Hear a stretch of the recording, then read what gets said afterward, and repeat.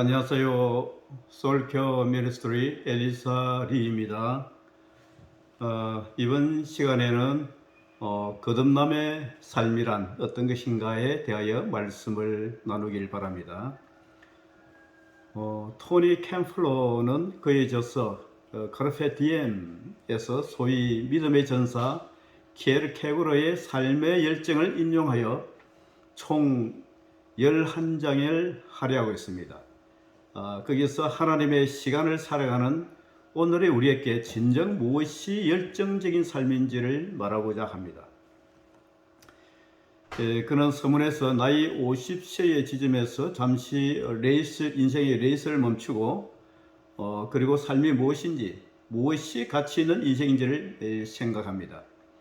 자, 이러한 인생의 근본적인 질문에 대해서 기독교가 어떤 도움을 줄 수 있는지를 묻고 있습니다. 과연 기독교는 풍성한 삶을 위해서 도울 수 있을까라고 묻고 있는 것입니다. 여기서 풍성한 삶이란 열정과 기쁨으로 가득 찬 삶을 말하는 것입니다. 이러한 삶을 위해서 예수님은 그 소원을 들어주실 수 있을까라는 의문을 제기하고 있습니다.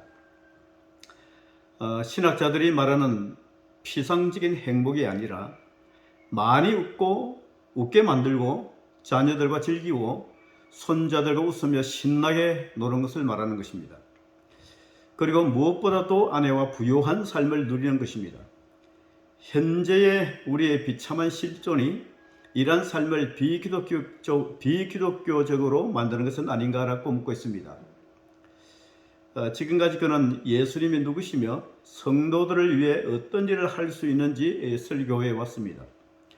예수님은 억눌리고 가난한 자를 위해서 살면서 그 특권으로 영적 환희를 선물받게 될 것이라고 설교해 왔습니다. 부활의 주와 친밀해지면 우리의 삶을 새롭게 하고 지금 이 땅에서 천국을 경험하게 될 것이라고 선언하기도 했습니다. 그런데 그는 지금 자신의 설교가 사실인지를 묻고 있는 것입니다. 그가 묻는 질문의 핵심에는 물리적인 존재의 시간을 묻는 것이 아니라 생동감 있는 삶의 시간을 묻고 있는 것입니다. 여기서 생동감 있는 삶의 시간이라는 것은 그가 초등학교 때 뉴욕의 엠파이어 스테이트 빌딩 전망대에서 경험했던 것과 같은 시간을 말하고 있습니다. 전망대에서 친구와 함께 놀이를 하다가 어느 순간 놀이를 멈추고 전망대 난간을 붙들고 밑을 내려다보았습니다. 그 순간 다른 차원의 세계가 펼쳐지는 것을 보았습니다. 콘크리트와 유리로 된 거대한 도시가 눈알에 들어왔습니다. 순간 나는 압도당했습니다. 표현할 수 없는 경이로움을 느꼈습니다. 분명히 나는 엠파이어 스테이트 빌딩 꼭대기에 있는데 어떤 초월의식, 어떤 높아진 자각, 깨달음을 말하죠. 자각을 느끼는 순간이었습니다. 신비롭게도 그 순간은 내가 내 자신과 분리되는 경의를 경험했습니다라고 고백하고 있습니다. 그는 살았다는 의미는 그가 뉴욕 엠파이어 스테이트 빌딩에서 경험한 것과 같은 것입니다. 우리는 매일 똑같은 삶을 사는 것 같지만은 그렇지 않다는 것입니다. 삶의 기쁨을 제공하는 수많은 기회들이 우리를 만나기 위해 일상의 삶 속에 잠복하고 있습니다. 이 기회 속에 노출된 자들 중에 한 사람이 19세기 러시아의 유명 문호 도스토옙스키가 되겠습니다. 그가 천재적인 문학의 통찰력을 갖게 된 것은 그의 특이한 경험 때문이었습니다. 그는 정치적 혁명의 희생자가 되었습니다. 그는 잔인한 정신적인 고문을 당했습니다. 그는 두 눈이 가려지고 사형 집행 군인들 앞에 세워졌습니다. 준비, 조준, 발사라는 명령과 함께 수십 발의 총성이 울렸습니다. 그러나 그는 죽지 않았습니다. 실탄이 아닌 공포탄이었기 때문입니다. 죄수들은 죽음의 고뇌를 해야 했습니다. 차라리 죽음을 통해 죽음의 공포에서 구원받고 싶었지만은 그럴 수도 없었습니다.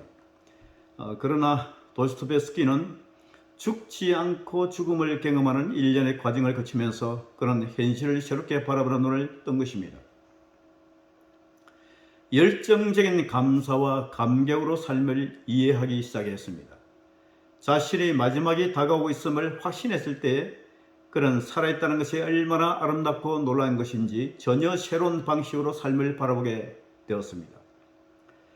죽음의 앞에서 자신의 삶이 일어나는 모든 것들이 아무리 사소할지라도 너무 소중하게 느껴졌던 것입니다. 그가 처형장으로 가는 감옥의 정원을 걸을 때에 전에는 갖지 못했던 감사로 공기를 들이마시며 태양빛을 받았습니다. 그는 높아진 자각과 함께 전육감으로 매 순간을 소중히 즐겼습니다. 매 순간 어떤 강렬한 느낌을 느꼈습니다. 도스토옙스키는 죽음 앞에서 살아났습니다. 그런 삶의 마지막 순간에 과거에 살았던 모든 시간보다 더 풍성한 삶의 시간을 보냈던 것입니다. 그것은 특별한 열정으로 가득 찬 삶이라 생각합니다. 20세기의 가장 창조적인 사람 중에 또 한 사람인 빅민스터 풀러의 이야기입니다. 그는 발명왕입니다. 그가 발명한 목록을 기록하면 한 권의 책이 될 정도입니다. 그의 창조성은 어디에서 왔을까? 재미있게도 그것은 그의 어린 시절에 일어났던 한 특이한 사건에 있었습니다. 어느 날 자고 일어났는데 갑자기 눈이 보이지 않았습니다. 의사도 그 상실의 원인을 설명하지 못했습니다. 몇 년 동안 풀러는 어린 시절의 시각장애인으로 보내야만 했습니다. 그런데 갑자기 시력이 돌아왔습니다. 아침에 눈을 떠보니 사물들이 눈에 명확하게 보이기 시작했습니다. 풀러는 그런 과거를 회상하며 이렇게 말했습니다. 과거의 고통은 사실 변장한 축복이었습니다.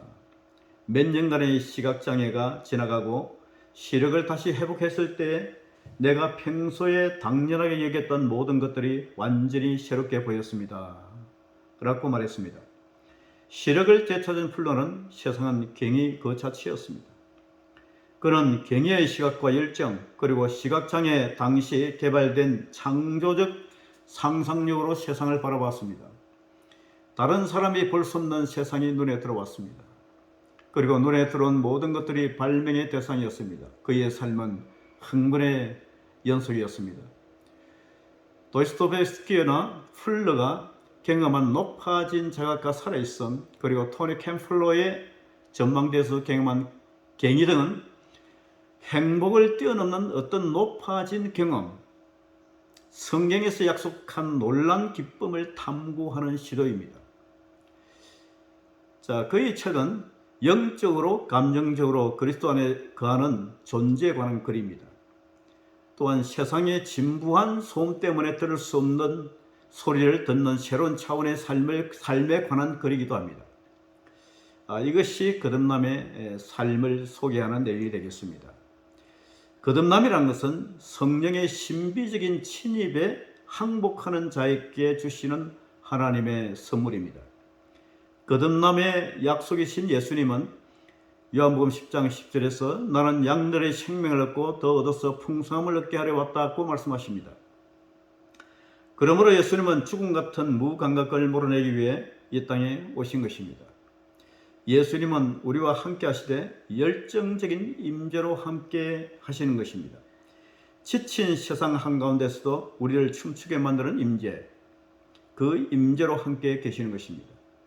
너무 피곤해 삶을 즐길 수 없는 자여, 여기 주님의 안식일의 초청이 있습니다. 수고하고 무거운 짐진 자들아 다 내게로 와라. 내가 너희를 쉬게 하리라. 아멘. 마태 11장 28절 말씀입니다. 식어버린 가슴에 불을 일으켜 다시 열정의 삶을 살고픈 자에게 주님은 담대히 선언하시고 계십니다. 나는 길이요 진리요 생명이다. 바울은 이것을 깨닫고 확신시키는 내용이 누구든지 그리스도 안에 있으면 새로운 피조물이라. 보라 옛것은, 이 옛것이란 것은 크로노스입니다. 지나가고 새것 카이노스입니다. 카이로스가 아니고 카이노스가 되겠습니다. 카이노스, 새것이 되었도다. 고린도후서 5장 17절 말씀이죠. 예수께서 주시는 기적과 같은 새로운 삶에 관한 증언들이 너무 많아 요한은 이렇게 기록합니다. 예수의 행하신 일이 이외에도 많으니 만일 낱낱이 기록된다면 이 세상이라도 이 기록된 책을 두기에 부족할 줄 아노라. 요한복음 21장 25절 말씀입니다. 자, 우리는 지금 그리스도 안에 있는 새로운 삶에 관한 이야기를 듣고 있습니다.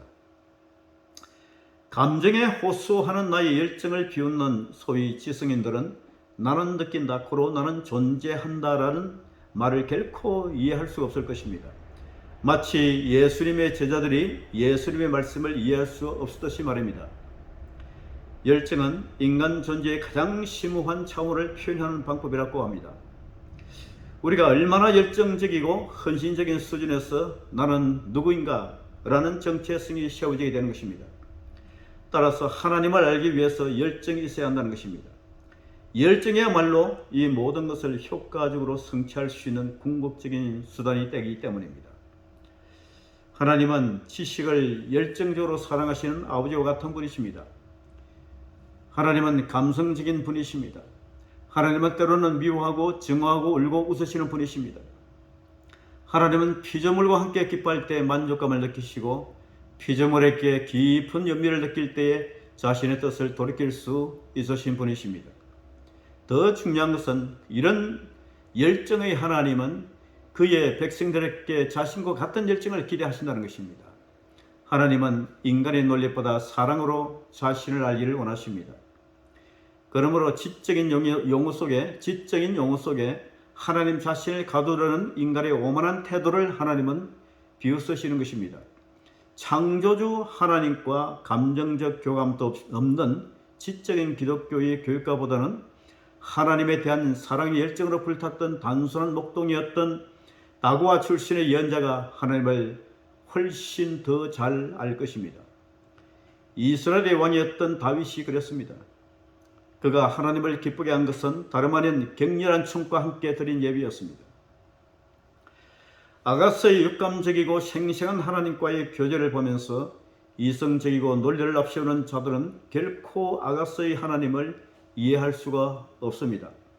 여기서 중요한 것은 열정적으로 주님을 사랑한 후에 이성이 따라온다는 것입니다.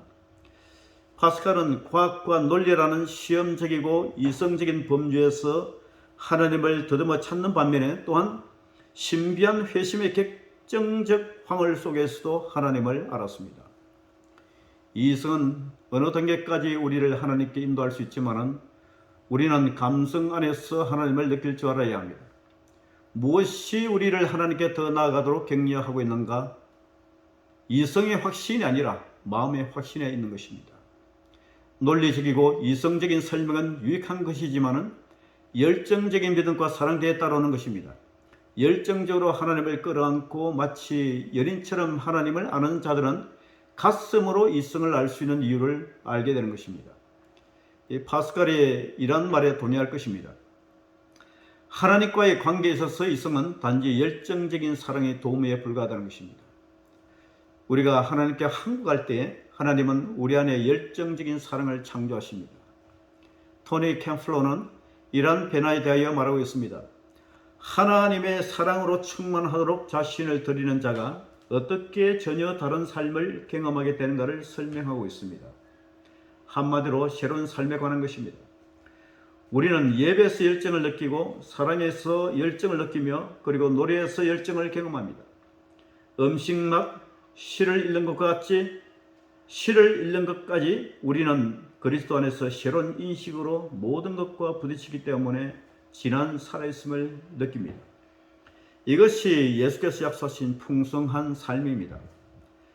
이레니우스는 하나님의 영광은 풍만한 삶을 사는 사람이다 라고 말했습니다.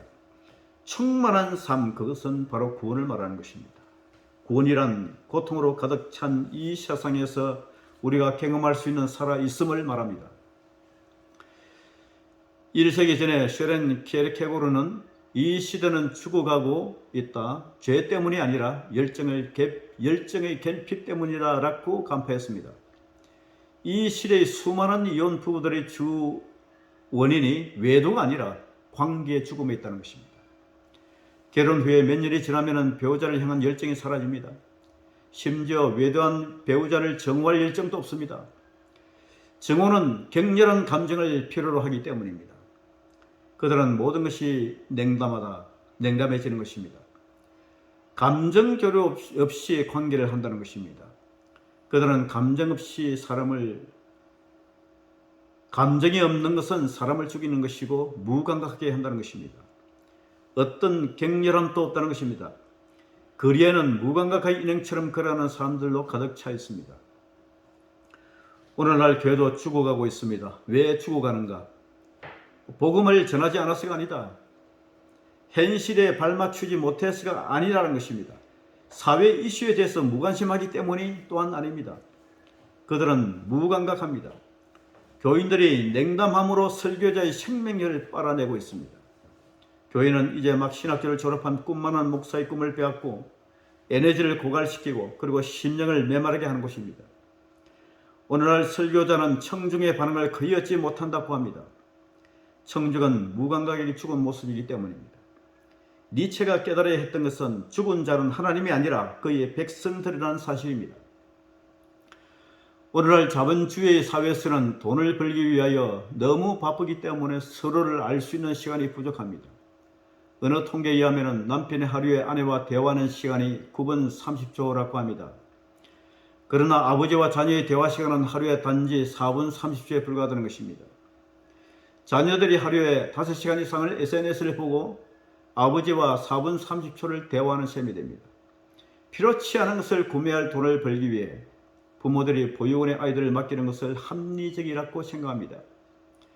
자녀 양육은 모든 직업 가운데 가장 숭고한 작업입니다. 사회가 필요하다고 규정한 것들을 아이에게 공급하기 위하여 지치도록 수고했지만 그들의 아이가 정작 필요로 하는 것을 공급하지 않았습니다. 그것은 부모의 사랑입니다. 그러면 무엇이 우리를 이렇게 하도록 부추기고 있는가 하는 것입니다. 답은 광고입니다. 광고는 우리 안에 그 물건을 소유하고픈 욕구를 창조하고 실질적인 필요보다는 더 중요하고 더 큰 만족을 준다고 믿게 하는 것입니다. 가령 햄버거는 인간의 상실감에 호소함으로 잘 팔립니다. 불행하게도 오늘날 많은 크리스찬들은 광고에 쏟고 있다는 것입니다. 광고에는 상품만 손에 넣으면 우리의 깊은 영적, 심리적 갈증도 해결된다는 가문의설에 넘어가고 있는 것입니다. 그래서 이렇게 하나님의 역할이 바뀌었습니다. 하나님은 더 이상 경배와 찬송의 대상보다는 인간이 흠모하고 숭배하는 것을 얻기 위한 수단으로 전락되고 말았습니다. 따라서 우리는 하나님을 예배하는 것이 아니라 우리가 소유하기 원하는 것을 얻기 위해 하나님을 예배하고 있다는 것입니다.